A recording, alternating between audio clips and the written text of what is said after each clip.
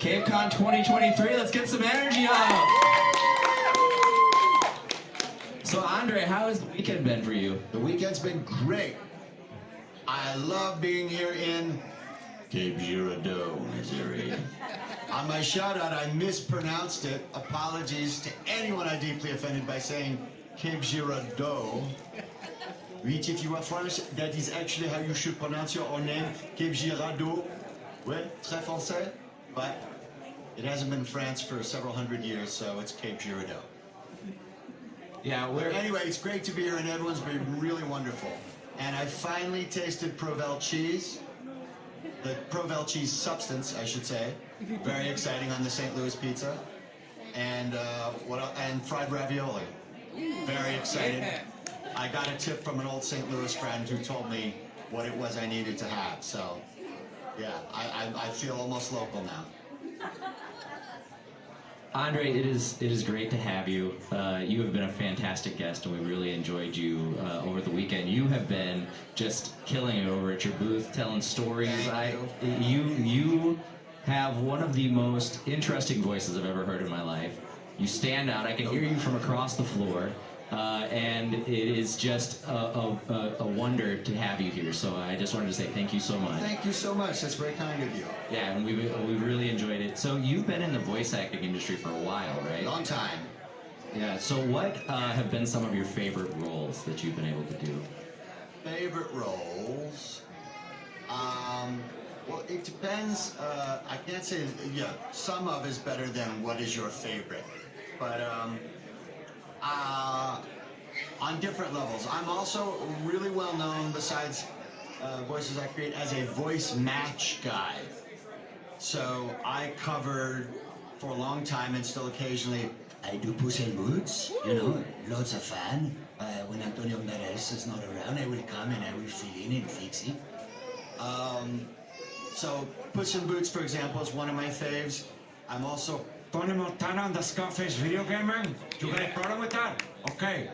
So Tony Montana is one of my favorite because I was approved, okay? Approved by Al Pacino himself. So I love to do Tony Montana. That guy right there, I never trusted him, you know? I never liked him. Those are voices that I matched, right? But a voice I created out of thin air off of just a description, of course, was King Bumi. Who's one of my all-time favorite voices, because King Bumi, I don't know if any of you are hardcore Last Airbender fans, but there's a wonderful podcast with Dante Bosco and Janet Varney, the Last Airbender pod, and they go through episode by episode and they tell stories, and they did a whole King Bumi episode where we talked about where the voice came from. And he was originally actually based on a friend of mine, which is why the role is also meaningful. I didn't have much in the description. It just said, you know, King Bumi, kind of a mad king, aristocratic voice. That was all. I had no art, no picture. And so when you hit me with the word aristocratic, which is kind of a 20th century word, because once upon a time on the east coast of America, if you were from a certain family and had a certain amount of money, or you were F. Franklin Delano Roosevelt, you have nothing to fear but fear itself.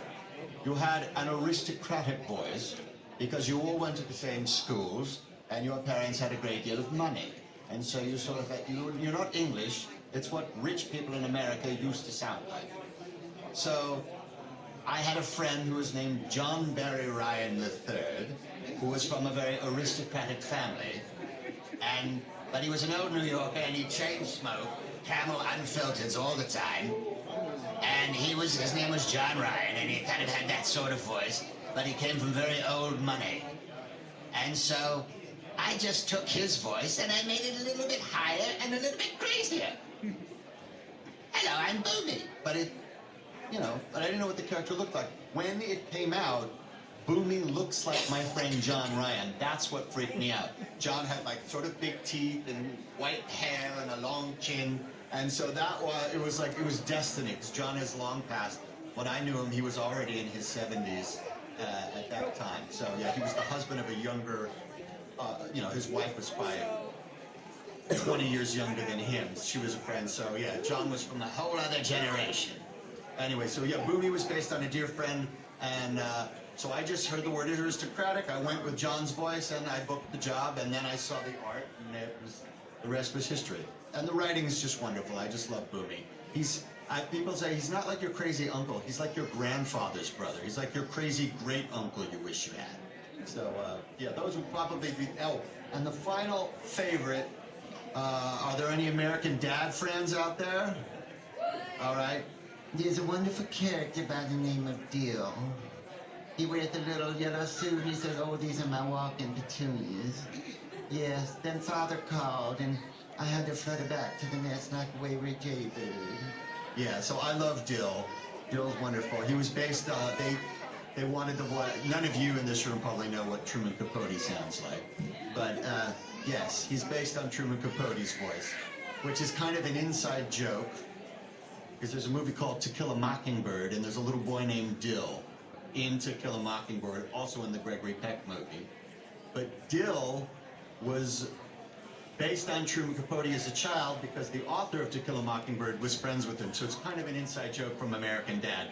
They called this character Dill because they really kind of wanted Truman. So that's that. I ramble on, but yes, those would be my faves. And of course, Sideswipe. Damn, I'm good. So. Yeah, you got to be a Transformer. What was that like? In Revenge of the Fallen, the second film, that was really fun. It was,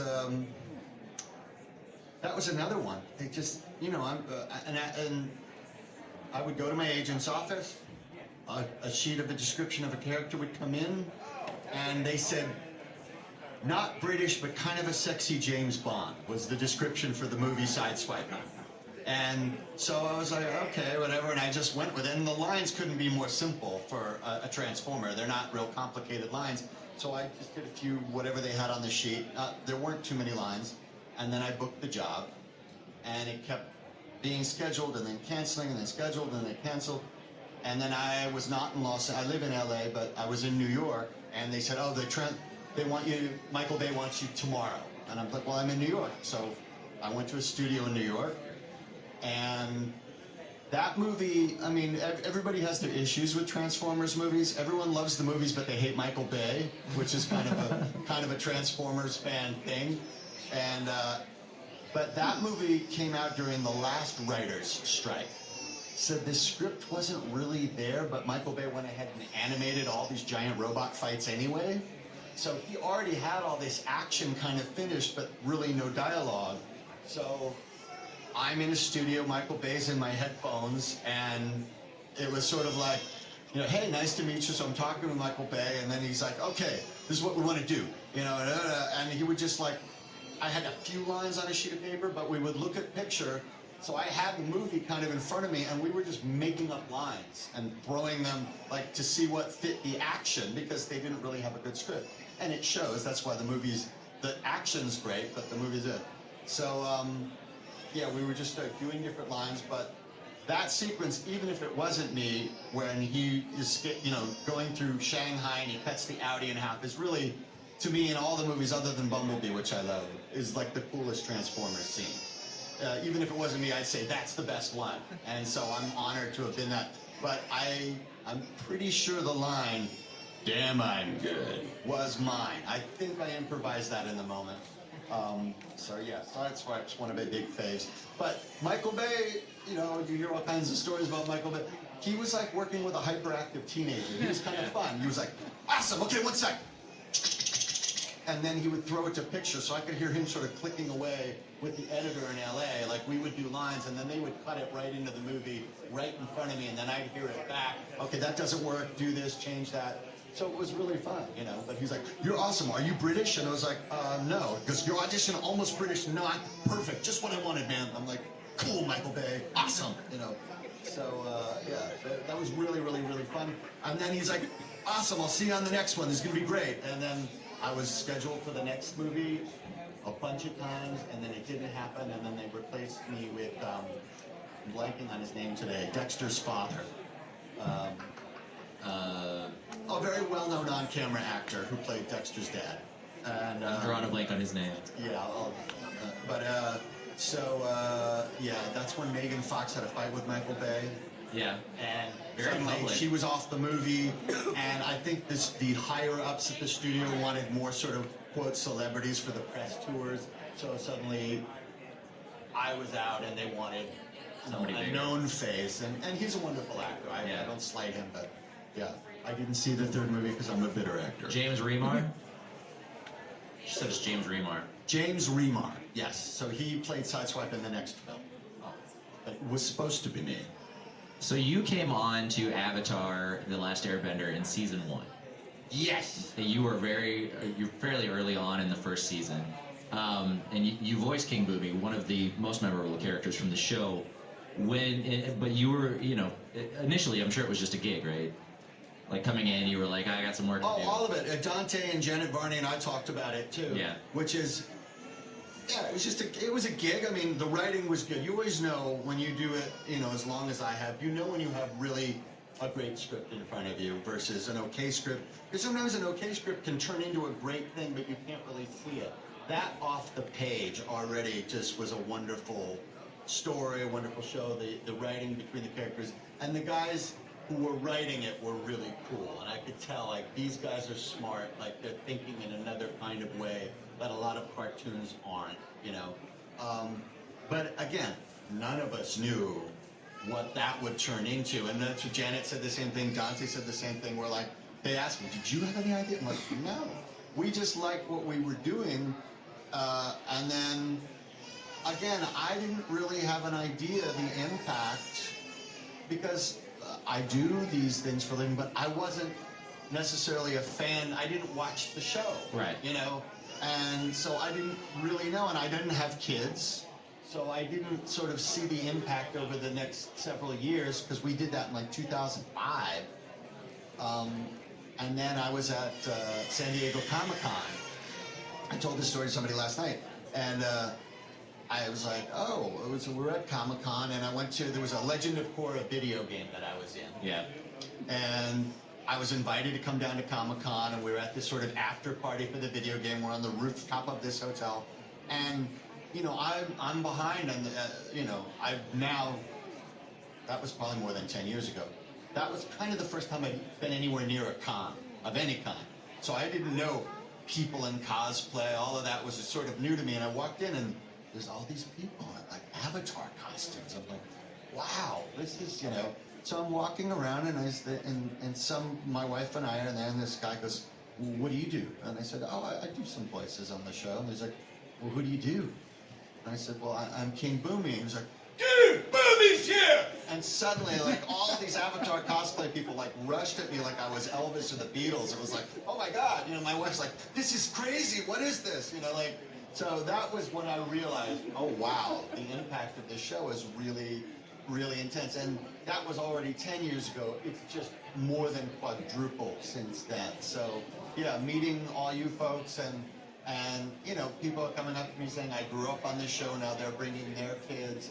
It's very moving, it's kind of, it's evergreen in a way. In the same way that when I was a little kid, we watched, I'm the first generation of Star Wars, I'm that old, so I was 11 when that movie first came out, and over the years that's grown and grown and grown.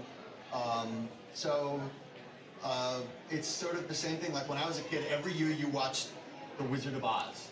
At Easter, it would be on TV. Like I think it was at Easter time. Yeah. Wizard of Oz would come on, and you knew almost every line of that movie in a way. And then Star Wars turned into that kind of thing, even though it didn't play on commercial TV the same way. But so certain things have grown, and so I think Avatar: The Last Airbender, and it's kind of timeless in its look. Yeah. And it's perfect. There's 3 seasons. They didn't go well beyond their shelf life to where they ruined the show. Right. So it's very complete, and and I think that's why people keep coming back to it in a really wonderful way. So you were kind of new to cons. You said. Well, then now. Right. Yeah. Now you're old hat. Been many. Yeah. So what were some of your biggest eye openers aside from the being bum rush for being King Bumi? But getting used to the con circuit, what were some of the biggest eye openers for you? I would say when I went over one of the first times, I went to TF Nation in Birmingham, England. Transformers, and that's a really fun con. If any of you are hardcore Transformers fans, if you have a chance, like, that's a really fun one to go to. And I, again, woefully ignorant of the things that I do, because I'm always busy doing the next thing, I didn't realize what a religion the Transformers was. Just very much like Star Wars. But it's a different subset of people, but there's a lot of crossover between Star Wars and Transformers. Because, again, when I was a kid, the Transformers toys came out, but I was already too old for cartoons at that point. So I didn't watch the original Transformers cartoon. And even that, the guys who wrote the comic books then created this kind of philosophy behind it. Yeah. Because if you read the books, the comic books, they're really deep. Like, it's really very interesting stuff. I was ignorant of all of it, you know. So when I went there and I met these Transformers fans, and then they started talk about what it meant to them and describe certain things, because the Michael Bay movies don't even really fill you in They don't on even any scratch of the that surface. stuff. And I remember this girl came up to me and she said, "Oh, when I give you this," and she gave me this, if you're a Transformers fan, a spark flower. Mm-hmm. And I go, "Oh, a nice little blue flower pin." What? And she said, "I said, oh, that's so nice." She says, "Every time a Transformer dies, spark flowers grow around him." Now, it's a beautiful image in one of the movies. This Transformer dies, and these blue flowers come up. But they never tell you what it means. You just sort of see it. Yeah. You know? So, yeah, and then once I heard that, I sort of looked into it further, and then I understood more why the people who come to these conventions have such a response to certain shows. It's not just, oh, that's kind of a cartoon I like. Like, some of these shows have a much deeper meaning behind them, much like Avatar: The Last Airbender, and also Star Wars. There's a philosophy, and you know, if you write something, if you take the time to care about what the audience thinks, they will respond. So those are the shows that always endure. And so, yeah, the conventions, it's very moving to meet all of you and see. I was saying this last night too. For many, many years, especially with video games, so much of what I do feels disposable as an actor, especially in voice, especially with video games, right? Well, that was PS2. Well, we've got PS3 now, and I can't play the PS2 game. So you just felt like I did this great thing, and then it was forgotten about. You know, or I did this cartoon, and it's not really on TV anymore, and Yeah. I didn't have children. So now I'm meeting the people that grew up with the stuff that I did. And that's a really wonderful thing as an actor to go, oh, wow. You know, I didn't really understand that until this guy was in a GameStop, and he was managing the GameStop, and this was over 10 years ago, and he said, "What do you do?" And I said, "Oh, I'm a, you know," we were talking about, he goes, "Oh, are you a big gamer?" And I said, "No, not really, but I'm an actor, I do voices." He says, "What do you do?" And behind him was a poster for Spyro Reignited, and I'm Sparks the Dragonfly. And I said, "Oh, well, I'm in that." He goes, "What did you do?" I said, "Oh, I'm Sparks the Dragonfly." And he suddenly just looked at me in this way, and he goes, "You're Sparks the Dragonfly? That game got me through a lot of hard times, man." And he just almost lost it, and I was like, oh my God, like I just suddenly flashed on what was his childhood. Maybe he had an awful parent or an alcoholic, abusive dad. He was in his little bedroom playing that purple dragon game and escaping, you know, to that world, and knowing that you're part of somebody's happiness is a really, really nice feeling. So that's what I get back from all of you guys. And you know, people think you come in here to be a celebrity, and it's not that. It's that, you know, something I did maybe was just a little bit of your salvation in a hard time in your life. And that's really special to me, and getting that back from you, I never used to get that. I was in a booth, I did a thing, I recorded it, and it was fun, and I love what I do.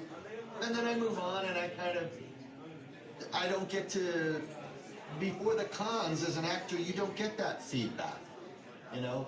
So, especially as a voice actor, when you're an on-camera big star, people know what you look like at the supermarket, and it's like, oh wow, you know, that's a famous person, you know?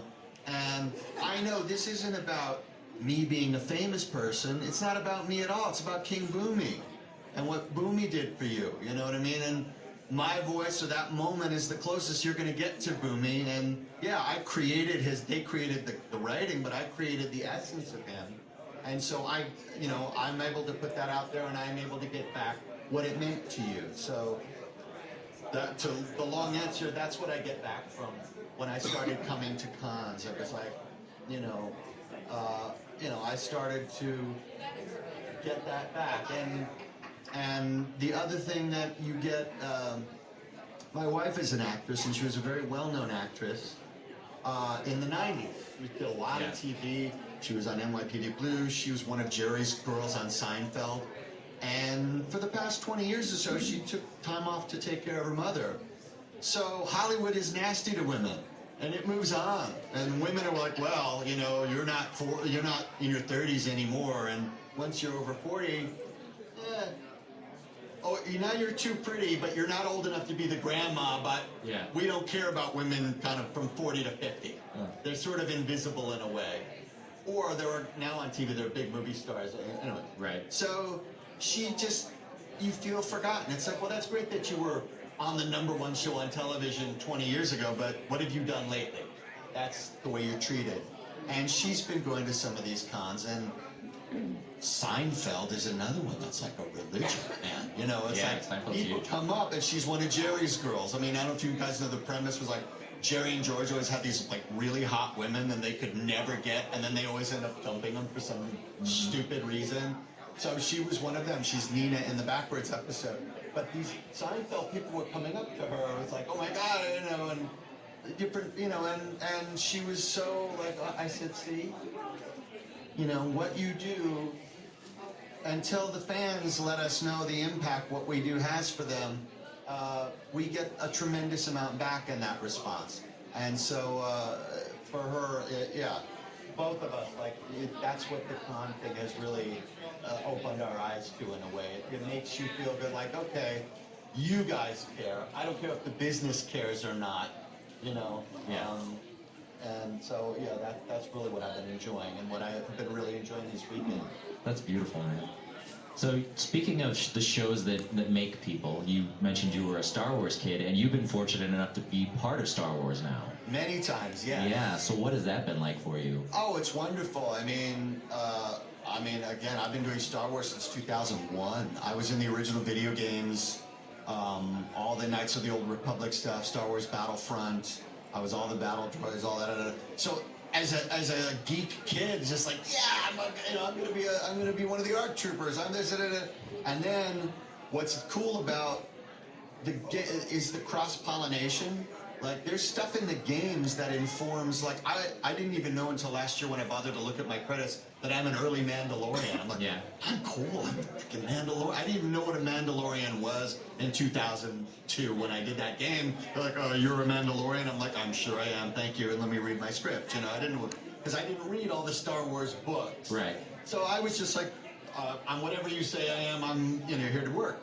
So, and one of the games, I think it might be Knights of the Old Republic 2, and I don't know, forgive me, what character I was, but I was in the session, and I'm this voice that says, the red sword, the red lightsaber means this, the green lightsaber and the blue one. I'm like, wait a minute. We never knew what the colors meant. That's a big deal. And then the guy from LucasArts goes, yes, it is. And I was like, I'm the dude that gets to tell you what the swords mean? I'm badass, you know what I mean? Yeah, and then again, I didn't even play the game, so I don't remember. It's been so long, it's like 20 years ago, but I never thought that I did that. So yeah, as a Star Wars geek, I was like, I'm telling people what the colors mean, man, I'm cool. Yeah, so that's really, really fun. Just a kid growing up, like, I do this shit great, like whatever, but don't tell them that, but yeah, so that's really, really fun. And I'm all, the original series, the Gennady Tartakovsky was all me. It's a clone army, so if you're one, you're 1,000 of them. And then in the video games, I think I was cast in that series out of the games, went to the series on Cartoon Network, and then it jumped over, and there was a big, it's all corporate BS always in an actor's life. You have very little control. All you can do is what you do, and then you have to forget about it. They threw me out with the bathwater, and then D. Bradley Baker took over all the stuff that I did, because I think they wanted their new guy, or whatever. Because the inside scoop is the guy who created that series I think is jealous or hates Gennady Tartakovsky or Really? hates the original series or whatever it is. So, I love the original Clone Wars of cartoon. course, everybody does. And all the cosplay people are always dressed like my characters. Yeah. I'm the original Fordo, the original Cody, all those guys. But anyway, yeah. So it was, you know, just covering those and coming back to them. But I also know those original series were actually more to Lucas's vision of what Star Wars was when he was imagining it as a young guy, you know. Because they're short, they're kind of pure, and yeah. So, but those were really fun, and a lot of people were on that I know. Ray and I have known each other for 20 plus years, and Ray Delisle and James Arnold and all, you know, all of us. Some of them moved over to the new show. I came to Star Wars Rebels later as that was good. That was my first evil Imperial guy, right? I'm evil Captain Slavin. So they had one of those really nasty English accents. Typically evil, you know, but yeah, so it's Real mustache twirling yeah, stuff. real good stuff. Yeah, so those are, I always just love any Star Wars stuff that I work on. It's fun. So do you get an opportunity to do a lot of ad-libbing? You were mentioning that you kind of come up with some original lines. It depends what it is, but or we might change a line here or there if something feels awkward. I say, oh, can I try this? In video games, there's a lot of lines, so then we might all tweak here and there, but it depends. Yeah, well, it's cool to have a little creative control over what it is you're putting out. Yeah, but no, nobody likes an actor that just decides to keep freelancing in the middle of a session. They're like, shut up and read the script, thank you. You know? Yeah. We want to see if we got any questions in the audience. Yes, sir. Yeah, Oh, can someone give him a microphone? I will repeat what he says. Okay, go ahead. did you know how big Skyrim was when you were the voice actor on it? Did you know how big Skyrim was going to be when you were a voice actor on I it? had no idea. I didn't, and again, for a long time, oh, there's a mic over there we could pass around. That's the overhead mic. It do the whole floor. Oh, okay. No, because it originally was a PC game, right? And I'm a Mac dude. I'm lame. PC gets me cross-eyed. So I never played Skyrim at all. But I came in and I'm many of the Khajiits. I am Mike Delisle, and I am Jazargo, and many of them, you know? And yeah, they sort of gave me I think somebody had done a Khajiit before me in one of the early iterations of it. But Skyrim was the one that kind of relaunched, because I know it was something else maybe in the 90s. I don't know when, might know better than me, but they did have some audio of a guy, and they kind of had this odd way of talking. But then I took that, and again, another friend of mine, I stole her voice because I used to imitate. So a friend of my wife's was this Persian woman, and she's always a little suspicious.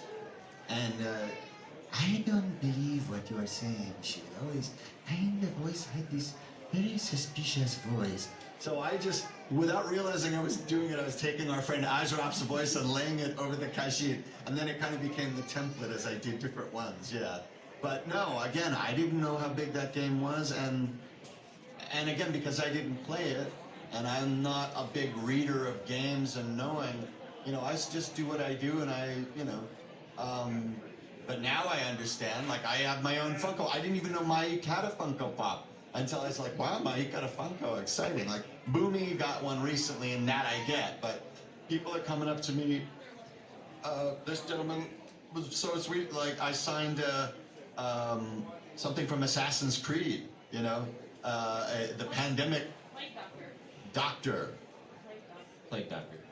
What is he? The Plague Doctor? Yeah, the pleasant pandemic plague. Yep, same thing. Plague Doctor. You know, he got a Funko, and I thought, I remember doing the Plague Doctor, like, again, a long time ago, but it's obviously big enough to get his own toy. Who knew, you know? So, to answer your question, no, I had no idea, because I also get motion sick easily, so a lot of games I can't play, because I just get like, you know. Yes?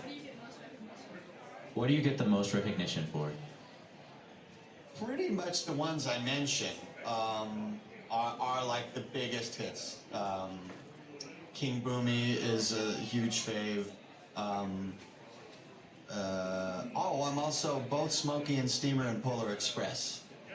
The hours before they clear this track. I'm both of those guys. And so that was like a big, and again, most of those big features usually go to movie stars. They don't let just a regular working actor guy like me. But that was another case of that voice was actually, again, a voice match. There was a wonderful, wonderful actor that many of you probably don't know. You've seen him. His name was Michael Jeter. And Michael Jeter was in Fisher King, and he used to be on a show with Burt Reynolds called Evening Shade. And he is this wildly crazy little Southern dude. And Michael Jeter was creating both of those characters, and he died in the middle of the movie. Oh, geez. And there was all this stuff they had done with Jeter. If you see the DVD, there's like behind the scenes, you'll see him. And again, that was early motion capture. That was like the first motion capture of anybody. And it looks kind of weird when you see those children in that movie. They look a little scary. Their tongues are kind of strange when they talk, and their eyes are like weird. But Michael Jeter started it, and then Hollywood Bob Zemeckis, Robert Zemeckis had this idea for the whole train sequence, and so I auditioned and I matched Michael Jeter's performance, and he brought me in. But everything Michael Jeter did is not in the feature film. I'm in the film. But again, I had to sort of honor the performance of somebody. This is the last thing he ever did, which was a tremendous responsibility in that sense. So, so I'm known for that. And then the one that you don't know is me, which is huge profile. Brace yourselves. Red Bull gives you wings. I'm the voice of Red Bull. So you've heard that a bunch of times, but people that go, oh dude, you're the Red Bull guy. But yeah, I am the Red Bull guy. So that's like pretty high profile that's awesome. Voice that you've heard a lot but didn't know was me. But there's a lot of things you don't know is me because my job is to often fix things for celebrities. They're not there. So the sentence might be Russell Crowe starts the sentence, I'm in the middle of the sentence, and then Russell Crowe finishes the sentence, and I have to fix that puzzle piece right in the middle of the thing. So, I've looped for many, many famous people. I did George Clooney. I've fixed trailers and done post-production for George Clooney a bunch of times. I've done Clint Eastwood, Jack Nicholson. Lots of different stuff. And when you loop, Ian McShane, I did Tai Lung in Kung Fu Panda and the Nickelodeon show. But in one of the Pirates of the Caribbean films, Ian McShane was not around to fix his post-production. So I did a whole day where I was just fixing Ian McShane's work on the street. That's awesome. Yes. You also have an uncredited role in Bubba Hotep. I certainly do. Now, are you guys on Instagram? Because follow me on Instagram because I post clips and stories behind it. Now, Bubba Hotep, I'm the entire film of narration. Yeah, you're the narrator. And they never credited me, but I put it on my Instagram. Yeah. That I am, and that was, that has a huge cult following, Bubba Hotep. And he was already, I was like, who's the star of Bubba Hotep? It is Bruce Campbell. Bruce Campbell has a big cult following, and he's known in the cons, and I didn't know who Bruce Campbell was.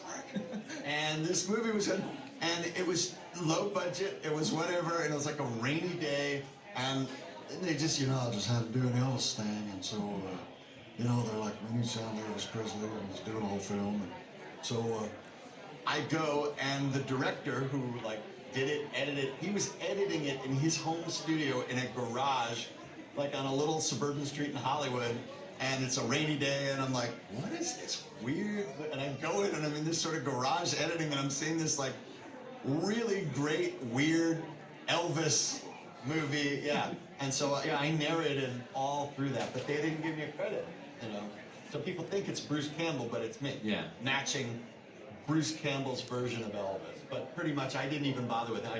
I just went for the best I could do, Real proud to do it. Yeah, and it's.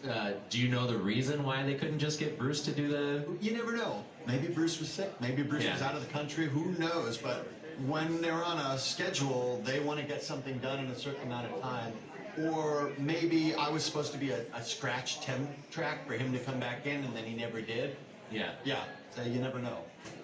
So you mentioned stepping up to Puss in Boots for covering for Antonio Banderas. What was that like? Well, what was funny was I originally, when DreamWorks makes a movie like that, they storyboard it before they animated the movie.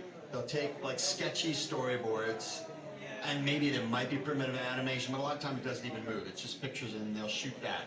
And they have their script, and they want to work with the script, but they haven't animated yet. For Shrek 2, I was covering Shrek. Oh yeah. Storyboarding of it. Donkey! I was doing Shrek. So I heard the whole movie of Shrek 2 before it was ever animated, and I was covering Mike Myers or whatever. And as I read the script, I was like, God, the part that I want is that Puss in Boots character. Yeah. It's awesome. No, they didn't tell me it was going to be Antonio Banderas at all. I just read that script and knew that Puss in Boots was going to be really cool. Then the movie comes out, and it was Antonio Banderas. And then after that, for the release of it, an audition came out to match Puss in Boots, and I matched Antonio Banderas and Ray for Mercy From. So I did all the ad campaigns, then all the subsequent video games, and then when they did special features animation, it was all me. And so for a good decade or so, I was just covering whatever, was around. He did the features, Yeah. but they're not going to call up Antonio Banderas in Barcelona to come and do a McDonald's ad, Now they might, but Yeah. back then they weren't like, just go to a studio this afternoon, whatever. Or they don't want to pay him what he would charge for a McDonald's ad. They can pay me still. So, so that's kind of how it came about. And then over the years, I was like the official, because it's a big deal. This is all corporate business, I'm the official doc for Snow White and the Seven Dwarfs. Yeah. So I match the original doc from the 1930s movie. There's a group of us that cover all the Seven Dwarfs if they need the original voice. Yeah. But when it went to, and then I did like 50 animated shorts as Puss in Boots for what's called DreamWorks TV. You go on YouTube, and that was for motion capture. I got to dance and sword fight and do the whole thing. The Netflix series is Eric Bauza, who's wonderful. That was when they started their own TV. I think, again, corporate, they wanted their own guy, and different from what the feature side of the business wanted. It's always like that, so. Yeah. But yeah, no, I love covering that whenever I'm needed. So is there a dream project that you would like to do that you haven't gotten to do yet? Yet? Who knows? I had dream projects that I wanted that I never got.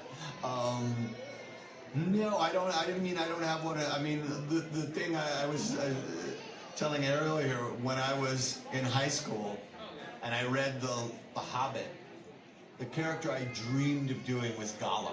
Yeah. And I used to do Gollum when I was a teenager. I just made up my own voice, what he should sound like, gracious, and so it was like, then I was like, well, I'll never get to play Gollum because you couldn't do Gollum. Yeah. Because the technology didn't exist where you could create Gollum on screen. And then I was like, damn, I'm not famous enough now that you can do it. And, Andy Serkis is brilliant, and his Gollum is pretty much what I wanted to do, so I can't slight him in any way. But, that's one that I wished I could get, Yeah. Well, let's take another question from the audience. Yes, ma'am. Were you as equally traumatized by the gorilla in SpongeBob as everyone else was? Was I equally traumatized by SpongeBob? By the gorilla in SpongeBob. By the SpongeBob. I was traumatized in a different way. Do you guys remember the SpongeBob gorilla episode where he's beating up SpongeBob and running around and jumping? That's on my Instagram page. That was a funny job because it was a mistake. I was new in LA from New York, and my agent was trying to get me around, and he said, "Oh, Wednesday, I want you to go over to SpongeBob. You're just going to go in and make a bunch of gorilla voices, gorilla sounds.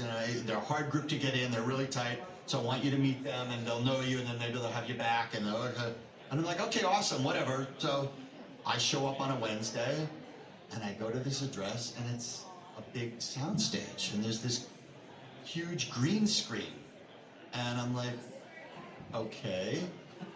And the guy goes, "Oh, great, you're here. You do a lot of gorilla work?" And I'm like, "Oh yeah, absolutely, all the time. Yeah, sure. Great. The suit's in there." And I'm like, "What?" Okay. And I go in, and it's a smelly, moldy gorilla costume that I know I saw in a Three Stooges episode. That's how old this thing was. Hollywood is an old place, and Burbank has these costume shops with racks and racks and racks of millions of things. And this was like the mildewy, like nobody had really cleaned it. It was this mildewy gorilla suit, and I'm calling my agent like, it's a freaking gorilla suit. He's like, I'm so sorry, I didn't know, you know. But I lied, and they thought I was an acrobat, and I just went for it, you know. Now that was 20. I could not do that now. I mean, if you go back and watch that, and it's on my Insta page, I was running back and forth, jumping, doing somersaults. I'm tearing like these two sponges in half that were green. You know, I'm beating him up. I'm running, and then I jump on this donkey or zebra or whatever it was, which was actually D. Bradley Baker. I didn't even know that at the time. He was in the costume. Maybe D got screwed the same way I did. I don't know. But at the time, I was pissed. You know, I was like, that stupid job. And I had a girlfriend who was visiting me from New York, and it was like, I was all embarrassed. Like, she's sitting there watching me running around like an idiot in this gorilla suit, you know? And, you know, so I kind of forgot about it. Again, these are things you do and you forget. And I didn't watch SpongeBob, so I didn't really know. And then 10 years ago, I was in Holland at a video game college as a kind of guest speaker, and all these Dutch kids speak beautiful English, and suddenly these two guys come running down the hall at me. Are you the SpongeBob gorilla? And I was like, yeah, you know.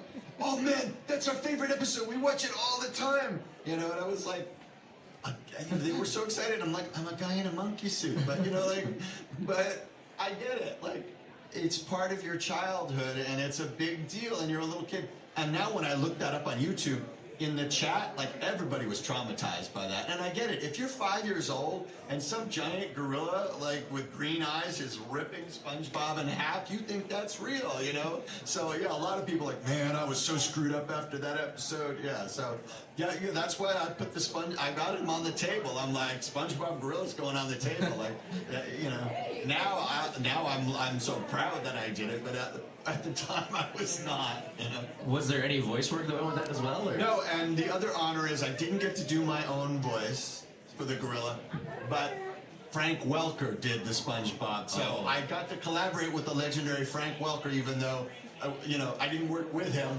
So I'm in the suit, and Frank Welker is the voice. So I'm honored for that. Yeah, that's awesome. We got time for one more question before we let Andre go. Yes. What's that? Any projects I regret? Ooh, look at her with the probing hard question. That's my kid. Anything I regret? I don't think so. No. If I think about it, I don't think I've ever done anything I mean, I know that certain auditions have come in and I've gotten stuff that I wouldn't do. Not too often. And not to step on anybody's toes, but my old agent used to get all this stuff for Scientology, you know, to read the Scientology textbooks, and they're like sort of brainwashing. So, and just when you read just reading the page made me creeped out and like nervous. I was like, I don't want to read this, and like, yeah, so I would pass. Yeah. So if there's ever anything that you just don't audition it, you know. But in general, no, I don't think I've ever done anything I mean, people might have their opinions about stuff that I've done. I've done some video games that are pretty. I just did a posting of it. I can't remember the name right now. Ethan Thomas, and it's like it's something serial killers would play. I can't think of the name right now, but yeah, there's a couple of video games that are like this. What? Condemned 2. And it's brilliant when you look at it. It's really sick, though. It's just creepy. Like, it's like a serial killer's nightmare, that game. And when people come up and go, I love Condemned 2, man, I'm just like, I don't want to see what's in your garage. Like, I just know, you know. but again, I love it. You know, I give my all to whatever it is I do, and you know, hopefully nothing is too offensive. And I don't think I've heard anything I regretted. No. Well, Andre, thank you so much for being up here and Thank giving you. us your time. Thanks We so much. appreciate you. This has been a lovely conversation. I know the fans have certainly enjoyed it. Guys, give it up for Mr. André Sogliuzzo. And you mind doing a group photo with everybody? Absolutely. All right.